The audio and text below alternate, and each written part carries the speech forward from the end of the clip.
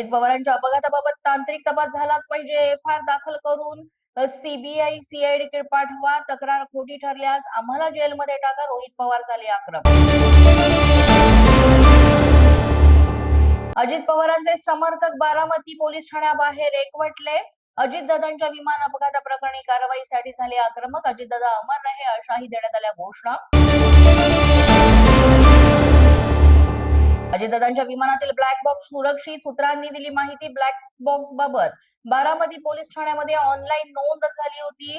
अधिकाऱ्यांच्या पाहणीनंतर black box सुरक्षित असल्याची माहिती.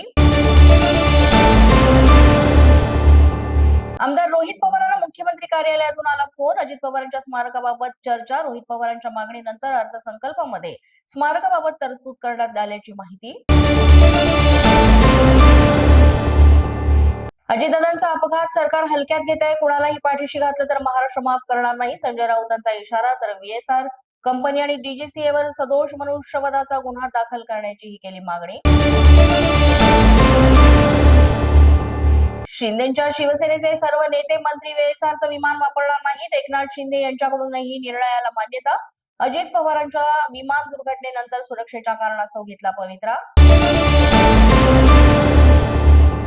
उपमुख्यमंत्री सुनेत्रा पवार पक्षाची राष्ट्रीय धुरा सांभाळणार. प्रफुल्ल पटेल आज वरळी डोम ठिकाणी राष्ट्रीय अध्यक्षाच्या निवडीचा प्रस्ताव मांडणार. तर बारामती पोटनिवडणुकीत देखील सुनेत्रा पवार मैदानात. मेधा सोमय्या मानहानी प्रकरणामध्ये संजय राऊतांची निर्दोष मुक्तता. सत्र न्यायालयाचा निर्णय. किरीट सोमय्या निकालाविरोधात उच्च न्यायालयामध्ये जाणार. रिलायन्स कम्युनिकेशनच्या कथित बँक फसवणूक प्रकरणी अनिल अंबानींची ईडी चौकशी. अंबानींची मुंबईतील कोट्यावधी रुपयांची पाली हिल मधील मालमत्ता तात्पुरती जप्त.